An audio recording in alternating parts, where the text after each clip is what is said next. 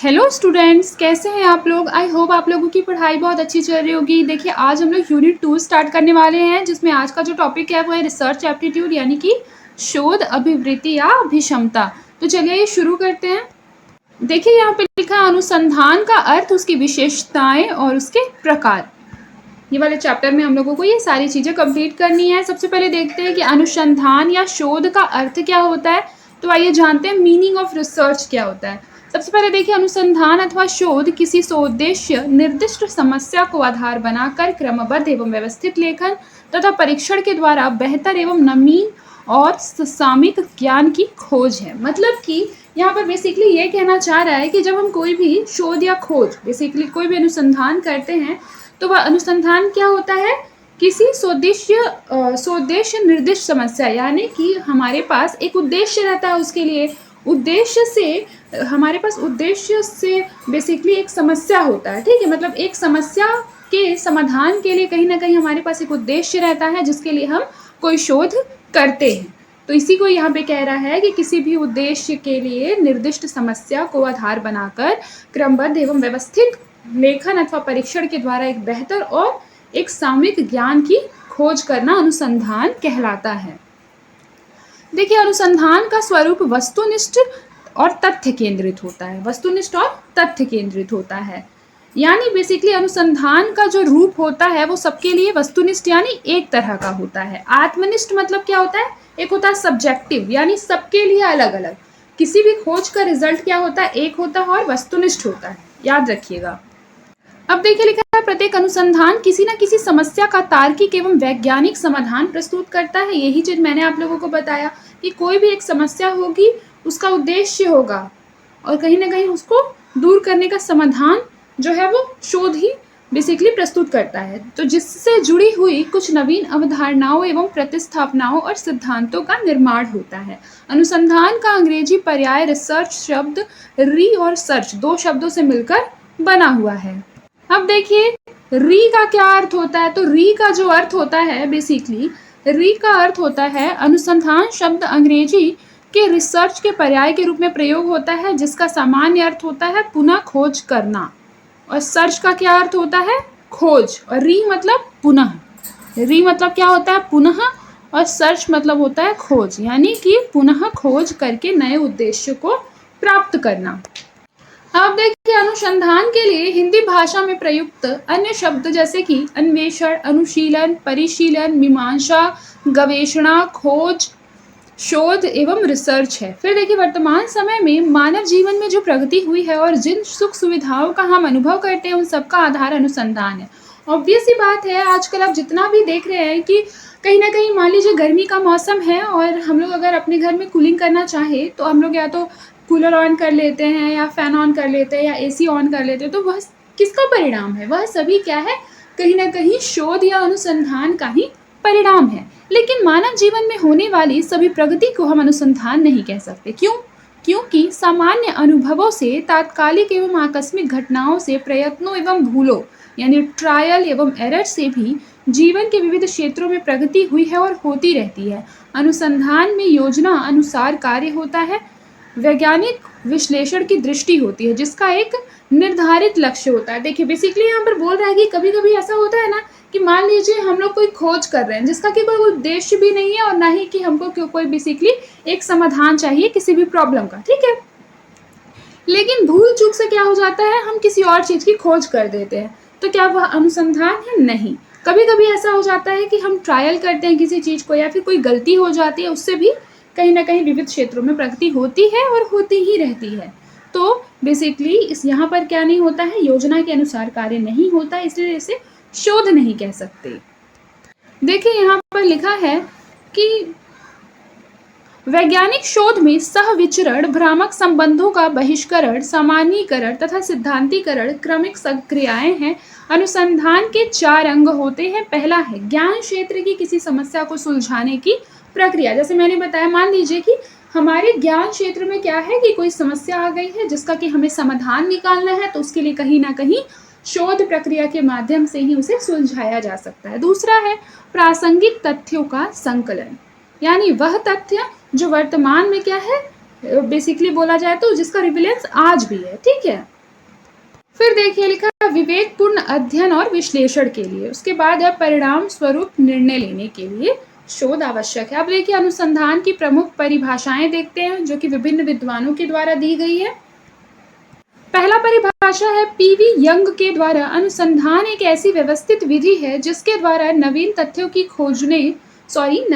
को खोजने अथवा पुराने तथ्यों की विषय वस्तु, उनकी क्रमबद्धता, अंतः संबंध, कार्य कारण, व्याख्या और उनके निहित नैसर्गिक नियमों के पुष्टिकरण का कार्य किया जाता है। उसे क्या बोलते हैं? अनुसंधान बोलते हैं। देखिए यहाँ पर पीवी यंग का जो डेफिनेशन है वो वैसा ही ईजी है जैसे मैंने आपको बहुत सारा चीज़ें वो समझाया है। मैंने आप लोगों को क्या समझाया? मैंने समझाया कि जब भी हम कोई नए तथ्य को खोजते हैं और पुराने तथ्यों की विषय वस्तु एवं उसकी क्रमबद्धता इत्यादि की क्या करते हैं? व्याख्या करते हैं, उसका विश्लेषण करते हैं, तब कहीं ना कहीं क्या होता है? बेसिकली उसके अंदर जो नियम बने थे उन सबका क्या होता है? पुष्टिकरण का कार्य किया जाता है। तो इसे ही क्या कहते हैं? अनुसंधान कहते हैं। देखिए फिर है E.J. मेसन एवं W.J. बेब्रल के अनुसार अनुसंधान से तात्पर्य ज्ञान हेतु वैज्ञानिक जांच पड़ताल में प्रयुक्त एक ऐसी व्यवस्थित एवं संगठित खोज से है जो दिन प्रतिदिन की समस्याओं का समाधान ढूंढने के हमारे अव्यवस्थित प्रयत्नों से काफी अलग होती है। मतलब कि यहाँ बेसिकली बोल रहा है कि अनुसंधान का जो तात्पर्य क्या है कि कहीं ना कहीं हमें ज्ञान प्राप्ति करनी है और उसके लिए क्या करना है? वैज्ञानिक जांच पड़ताल करना है और एकदम व्यवस्थित खोज की, जो बेसिकली हम लोग खोज तो करना है लेकिन उसकी प्रक्रिया क्या है? एक व्यवस्थित एवं संगठित खोज से है जो डे बाय डे क्या करे?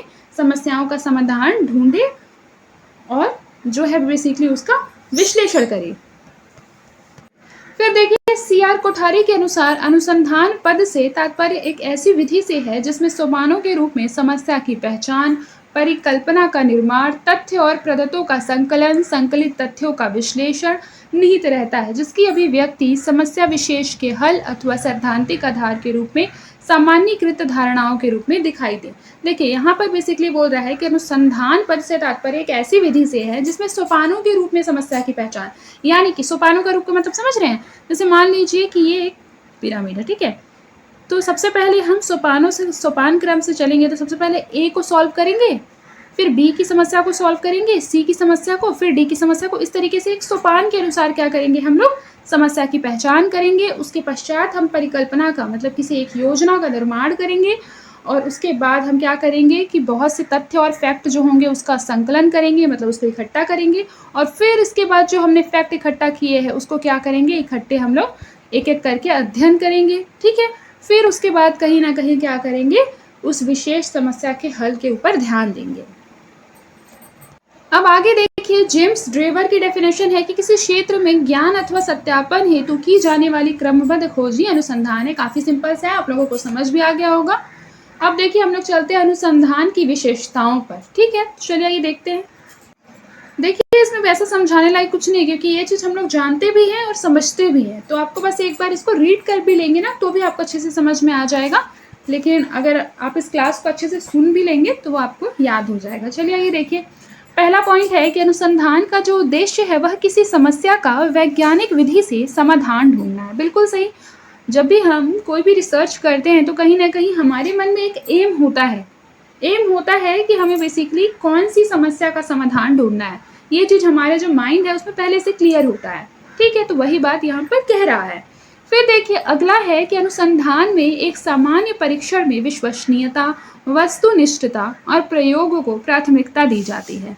फिर देखिए यह पूर्णतः तार्किक और वस्तुनिष्ठ प्रक्रिया है। परिकल्पना को सिद्ध करने के स्थान पर उसके परीक्षण पर बल दिया जाता है।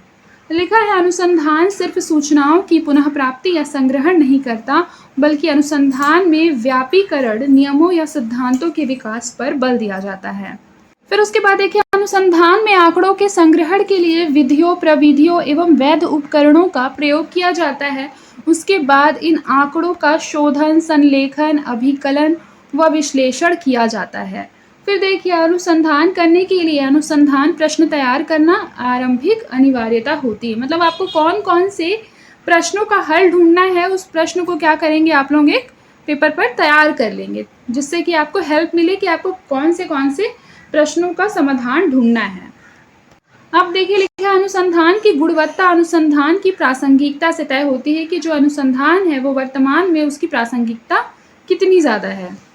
अब देखिए, अनुसंधान किसी भी मत को ज्ञान प्राप्ति की विधि नहीं मानता है, बल्कि यह उन मत या बातों को स्वीकार करता है जिन्हें प्रेक्षण के द्वारा परखा जा सके। फिर देखिए, अनुसंधान में वैज्ञानिक पद्धति का मुख्य उद्देश्य अनुसंधान में नए मापदंडों का प्रयोग होता है। फिर देखिए, अनुसंधान में व्यक्तिगत पक्षों, भावनाओं, विचारों को महत्व नहीं दिया जाता। याद रखिएगा कि आपकी भावनाएं क्या कह रही हैं, अनुसंधान में उसका कोई रोल नहीं है। अनुसंधान में फैक्ट्स पर ध्यान दिया जाता है, रिजल्ट्स पर ध्यान दिया जाता है, ठीक है। ऑब्जर्वेशन पर ध्यान दिया जाता है कि ऑब्जर्वेशन के बाद रिजल्ट क्या आ रहा है। अब देखिए लिखा है, अनुसंधान की गहराई अनुसंधान द्वारा अर्जित तथ्यों पर आधारित होती है। जैसे मैंने आपको बताया ना, अनुसंधान की जो गहराई होगी, हम लोग जितने फैक्ट्स इकट्ठा करेंगे, उसका विश्लेषण करेंगे, बेसिकली उस पर आधारित होती है। फिर देखिए, अनुसंधान कार्यों को सैद्धांतिक व व्यवहारिक तरीके से भी कर सकते हैं। सैद्धांतिक कार्य वैज्ञानिक विधि के द्वारा तथा व्यवहारिक कार्य क्रियात्मक अनुसंधान के द्वारा किया जाता है। अब देखिए, अनुसंधान कार्य में परिमाणात्मक तथा गुणात्मक पद्धतों को एकत्र करके उनका विश्लेषण किया जाता है, तत्पश्चात निष्कर्ष निकाला जाता है। फिर देखिए, अनुसंधान की प्रक्रिया वैज्ञानिक, व्यवस्थित और सुनियोजित होती है। शोध कार्य का आलेख त्रुटि रहित हो, इसलिए इसे सावधानी पूर्वक तैयार किया जाता है। फिर लिखा, अनुसंधान कार्य दीर्घकालिक अवधि में संपन्न होते हैं, इसलिए इसमें शीघ्रता या शॉर्टकट का कोई स्थान नहीं होता है। अब देखिए, अनुसंधान की प्रकृति, नेचर ऑफ रिसर्च, ठीक है। तो देखिए, बेसिकली जब हम कोई भी शोध करते हैं तो कहीं ना कहीं बेसिकली उसकी एक प्रकृति होती है कि हम उस मतलब कि किस प्रकृति से और किस प्रक्रिया के अनुसार किसी भी शोध को करने वाले हैं। जैसे कि यहाँ देखिए लिखा है कि अनुसंधान एक बौद्धिक, तार्किक एवं वैज्ञानिक प्रक्रिया है जो नए ज्ञान को प्रकाश में लाती है, साथ ही पुरानी ज्ञान में जो त्रुटियां हैं, जो भ्रम है, जो धारणाएं हैं, उसका क्या करती है, परिमार्जन करती है, उसमें सुधार करती है। इसमें लिखा है कि अनुसंधान एक वैज्ञानिक प्रक्रिया है, एज वी नो दैट। लिखा है कि जो ज्ञान के प्रचार और प्रसार में भी सहायक होती है। अब देखिए लिखा है, इसमें प्राथमिक व द्वितीयक स्रोतों से प्राप्त आंकड़ों का विश्लेषण किया जाता है जो किसी भी तरह के पूर्वाग्रहों से मुक्त होता है। आंकड़ों के विश्लेषण में सांख्यिकी विधियों का प्रयोग किया जाता है।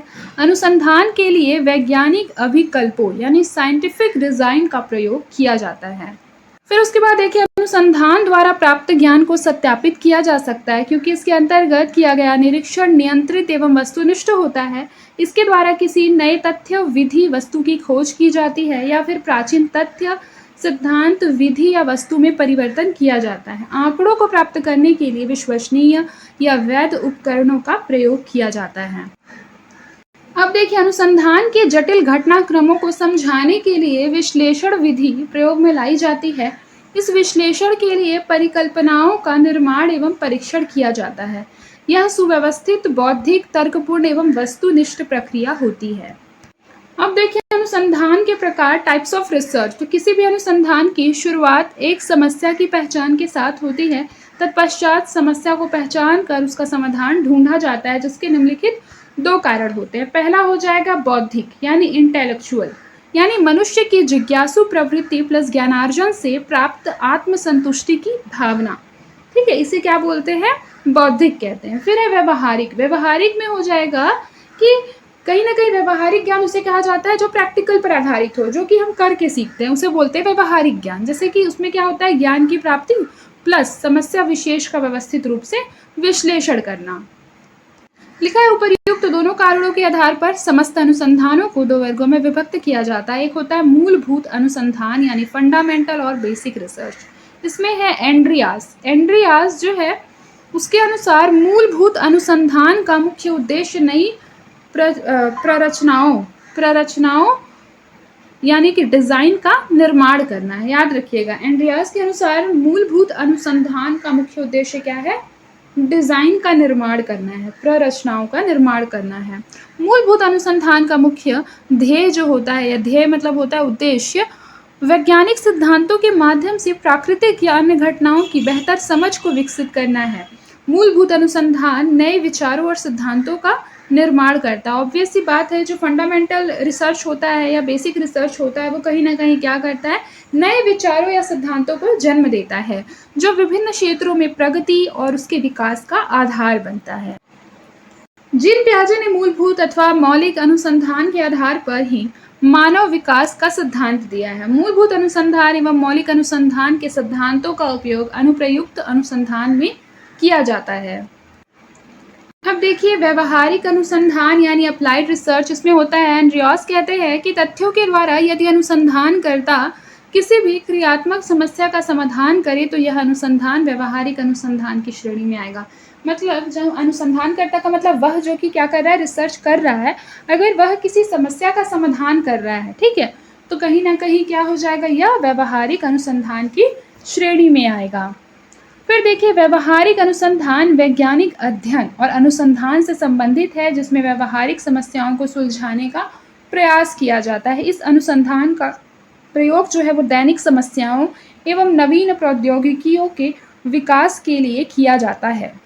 देखिए इसमें लिखा है व्यवहारिक शोध में प्रबंधकीय ढंग से ज़्यादा संगठनात्मक शैली प्रभावशाली होगी। राष्ट्रीय विज्ञान फाउंडेशन ने अनुसंधान का वर्गीकरण निम्नलिखित प्रकार से किया है। पहला मूलभूत अनुसंधान, दैट इज फंडामेंटल रिसर्च। फिर है व्यवहारिक अनुसंधान, अप्लाइड रिसर्च। उसके बाद है प्रयोगात्मक अनुसंधान, एक्सपेरिमेंटल रिसर्च। अब देखिए एडवर्ड और क्रॉनबैंक का वर्गीकरण। तो अनुसंधान का एक भाग मुख्य तथ्य यानी फैक्ट्स का संकलन होता है। आधार सामग्री के अध्ययन और विश्लेषण के द्वारा तथ्यों का संकलन और संयोजन किया जाता है। मानविकी और समाज विज्ञान से जुड़े अनुसंधानों में किसी न किसी रूप में व्यक्तिगत प्रभाव परिलक्षित होता है, ठीक है, लेकिन शोधकर्ता यानी जो शोध कर रहा है वह उसकी विश्लेषणात्मक क्षमता उसे वस्तुनिष्ठ और तार्किक निष्कर्ष प्रदान करती है। वस्तुनिष्ठ निष्कर्ष यानी जो सबके लिए एक जैसा हो, वस्तुनिष्ठ निष्कर्ष, ठीक है। और आत्मनिष्ठ होता है तो वह क्या होती है, व्यक्ति पर निर्भर करती है, उसके सोच पर निर्भर करती है और सबके लिए अलग अलग हो सकती है। उसके बाद देखिए अनुसंधान एक विकासोन्मुख प्रत्यय है। इसकी प्रकृति गत्यात्मक है, दृष्टिकोण वैज्ञानिक है, विकास अभिसंचयी है, ज्ञान एवं विद्वता का दिग्दर्शक है। इन सभी बातों को ध्यान में रखते हुए एडवर्ड तथा क्रॉनबैंक का वर्गीकरण उचित प्रतीत होता है, जो कि निम्न 4 रूपों में है। पहला हो जाएगा सर्वेक्षण अनुसंधान, जिसे कहते हैं सर्वे रिसर्च। देखिए सर्वे रिसर्च में हो जाएगा इस प्रकार के अनुसंधान का संबंध 2 या 2 से अधिक चरों से संबंधित घटनाओं के आंकड़ों का संकलन व वर्गीकरण से होता है, ताकि 2 चरों के मध्य साहचर्यात्मक संबंधों को जाना जा सके। इस प्रकार के अनुसंधान का स्वरूप जो है वो अन्वेषणात्मक यानी एक्सप्लोरेटरी रहता है। इसके द्वारा जनसंख्या का अध्ययन सफलतापूर्वक किया जा सकता है। जनसंख्या का अध्ययन क्या किया जा सकता है, सफलतापूर्वक किया जा सकता है। जैसा आप लोगों ने भी देखा होगा कि बहुत से लोग क्या होता है, जब भी टाइम चलता है, मान लीजिए किसी भी चीज़ का लोग को सर्वे करना रहता है, तो 2-3 लोग घर पे आते हैं और बहुत सारा जो है वो डेटा इकट्ठा करते हैं। तो उससे क्या होता है, कहीं ना कहीं वो लोग एक बड़े सी जनसंख्या का डेटा इकट्ठा कर लेते हैं। इसे बोलते हैं सर्वे रिसर्च। अब देखिए लिखा है प्रविधि अनुसंधान, जिसे कहते हैं टेक्निकल रिसर्च। तो इस प्रकार के अनुसंधान का संबंध अवलोकन यानी कि निरीक्षण विधि से संबंधित समस्याओं के समाधान से है। जब किसी भी चर के अवलोकन की एक या एक से अधिक विधियां उपलब्ध हो तो प्रविधि अनुसंधान इन विधियों का तुलनात्मक अध्ययन करके उसके गुण व कारकों के आधार पर प्रभाविता का स्पष्टीकरण करता है। अब देखिए व्यवहारिक अनुसंधान यानी अप्लाइड रिसर्च। तो इस प्रकार के अनुसंधान के द्वारा व्यवहारिक समस्याओं का समाधान प्रस्तुत किया जाता है। उदाहरण के लिए अगर किसी दैनिक समस्या के समाधान के लिए हमारे पास अनेक विधियां हों और हमें सर्वोत्तम विधि का चुनाव करना हो तो इस प्रकार का अनुसंधान उसमें सहायक होता है। याद रखिएगा व्यवहारिक अनुसंधान सबसे ज़्यादा व्यवहारिक समस्याओं के समाधान के लिए प्रयुक्त होता है। और याद रखिएगा अगर हमारे जीवन में कोई भी ऐसी दैनिक समस्या हो और हमारे पास बहुत से मेथड हो, लेकिन अगर हमें उसमें से सबसे ज़्यादा बेस्ट विधि का क्या करना है, चुनाव करना है, तो कहीं ना कहीं अप्लाइड रिसर्च जो है वो सबसे ज़्यादा सर्वोत्तम होगा। फिर है आलोचनात्मक अनुसंधान, जिसे कि कहते हैं क्रिटिकल रिसर्च। तो इस प्रकार का अनुसंधान पूर्व धारणा पर आधारित होता है, ठीक है, परसेप्शन पर आधारित होता है, जहां अनुसंधान करता यह विचार करता है कि यदि अनुसंधान किया जाए तो कुछ विशेष ज्ञान की प्राप्ति होगी या कुछ नए तथ्य प्रकाश में आएंगे। लेकिन उसके लिए बेसिकली जब पूर्व में रिसर्च हो चुके हैं उसका अध्ययन किया जाता है, इसीलिए इसे बोला जा रहा है आलोचनात्मक अनुसंधान। पूर्व में जो अनुसंधान हुए हैं उसकी धारणा के आधार पर ही यह रिसर्च किया जाता है। अब देखिए अनुसंधान के उद्देश्य जिसे बोलते हैं ऑब्जेक्टिव ऑफ रिसर्च। तो कोई भी अनुसंधान कार्य उद्देश्य विहीन नहीं होता। याद रखिएगा कि अनुसंधान का जब हम कार्य कर रहे हैं तो उसका एक निश्चित उद्देश्य तो होता ही है। शोध की परिकल्पना या प्रस्तावना के साथ ही उसका उद्देश्य भी तय किया जाता है। अनुसंधानकर्ता द्वारा एक निश्चित निष्कर्ष की खोज उद्देश्य का मूल होता है। जाहिर सी बात है, हम कुछ भी खोज कर रहे हैं तो कहीं ना कहीं क्या होता है कि हमें निष्कर्ष तक पहुंचना होता है। उद्देश्य नए निष्कर्ष तक पहुंचने के लिए प्रेरक का कार्य करता है। अनुसंधान के निम्नलिखित उद्देश्य हैं। पहला, किसी घटना के बारे में नई जानकारी प्राप्त करना। फिर देखिए किसी विशेष स्थिति का सही वर्णन करना। फिर समस्याओं का समाधान करना। विज्ञान पर आधारित वस्तुपरक ज्ञान होना।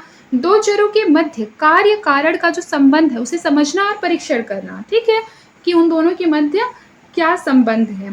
फिर देखिए किसी घटना के साथ सह संबंध की जानकारी प्राप्त करना, यानी कि बेसिकली बोला जाए तो कोई घटनाक्रम क्या है, घट रही है, तो उसके पीछे के तथ्यों को जानना कि इसके पीछे का रीजन क्या है इस घटना के घटने का।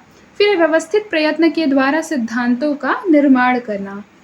फिर उसके बाद देखिए लिखा है वैज्ञानिक कार्यविधि के उपयोग द्वारा प्रश्नों के उत्तर को प्राप्त करना। फिर उसके बाद देखिए प्रत्यक्षवाद। तो प्रत्यक्षवाद का शोध पद्धति की उस प्रणाली में विश्वास है जिसे प्राकृतिक विज्ञानों में अपनाया जाता है। इसका निष्पक्षता और मूल्य तटस्थता में विश्वास है। यही कारण है कि प्रत्यक्षवाद में ज्ञान से ज्ञाता, आत्मपरकता से निष्पक्षता और मूल्य से तथ्य को अलग माना जाता है। समाजशास्त्र और सामान्य बोध एक ही नहीं है। समाजशास्त्र व्याख्यात्मक सिद्धांतों पर आधारित है जिसके आधार पर हम इस विषय को सार्वभौमिक दर्जा मिलता है। फिर है प्रत्यक्षवाद ज्ञान का एक सुव्यवस्थित एवं सुसंगठित पुंज है। पुंज यानी किरण है जिसे कि विशिष्ट प्रवृत्तियों, कौशलों, प्रौद्योगिकी या वैज्ञानिक शब्दावली से बनाया गया है। तो बेसिकली मतलब है प्रत्यक्षवाद का मतलब कि वह चीज जो हमें दिखाई दे रही है, ठीक है, जिसे कि प्राकृतिक विज्ञानों में अपनाया गया। प्रकृति में हर वो चीज क्या है जो दिखाई देती है, कहीं ना कहीं वो प्रत्यक्षवाद से संबंधित है। अब देखिए उत्तर प्रत्यक्षवाद। तो उत्तर प्रत्यक्षवाद यह तर्क देता है कि तर्क के साथ आनुभविक टिप्पणियों को जोड़कर एक घटना के बारे में उचित अनुमान लगाया जा सकता है। इसका यह मत है कि वैज्ञानिक तर्क और सामान्य तर्क के बीच केवल अंश में ही अंतर है। इसके अनुसार सभी अवलोकन अस्थिर हैं और इसमें त्रुटियां हैं। ये सभी पुनर्प्रयोज्य भी है। अब देखिए अनुसंधान का महत्व यानी इम्पोर्टेंस ऑफ रिसर्च। तो वैश्वीकरण के वर्तमान दौर में उच्चतर शिक्षा की सहज उपलब्ध तथा शिक्षण संस्थाओं को शोध से अनिवार्य रूप से जोड़ने की जो नीति है उसने क्या किया, शोध के महत्व को वर्तमान में बढ़ा दिया है। अनुसंधान के निम्नलिखित महत्व है। पहला, मानव समाज को नवीन ज्ञान एवं गति प्रदान करना। दूसरा हो जाएगा जीवन के उद्देश्य की प्राप्ति का सरल उपाय देना। तीसरा हो जाएगा ज्ञान के विकास में सहायक होता है। चौथा, उद्देश्य प्राप्ति के लिए सर्वोत्तम क्रिया। फिर है सत्य ज्ञान की खोज करना। फिर उसके बाद देखिए प्रशासनिक व्यवस्था के सफल संचालक में सहायक होता है। उसके बाद है रूढ़िगत विचारों एवं व्यवहारों में सुधार का मार्ग प्रस्तुत करता है। फिर शिक्षक एवं अध्यापक अनुसंधान के माध्यम से सैद्धांतिक एवं व्यवहारिक समस्याओं का समाधान कर प्रगति का पथ प्रशस्त करता है। फिर अनुसंधान जिज्ञासा से मूल प्रवृत्ति यानी इंस्टिंक्ट्स की संतुष्टि होती है। फिर व्यक्तित्व का बौद्धिक विकास होता है। पूर्वाग्रहों के निदान और निवारण में सहायक है। आई होप कि आप लोगों को अनुसंधान का जो महत्व है वो समझ में आ गया होगा। इसमें ऐसा समझाने वाला कुछ नहीं है, बाकी चीज़ें हम लोग अच्छे से विस्तार में पढ़ चुके हैं। देखिए अगले क्लास में हम लोग पढ़ेंगे अनुसंधान के सोपान यानी स्टेप्स इन रिसर्च पढ़ेंगे, ठीक है, और बाकी हम लोग अनुसंधान की जो योजना है वो सारी चीज़ें देखेंगे। आज के लिए बस इतना ही। मिलते हैं नेक्स्ट क्लास में। तब तक के लिए अपना ख्याल रखें और मन लगाकर पढ़ाई करते रहें।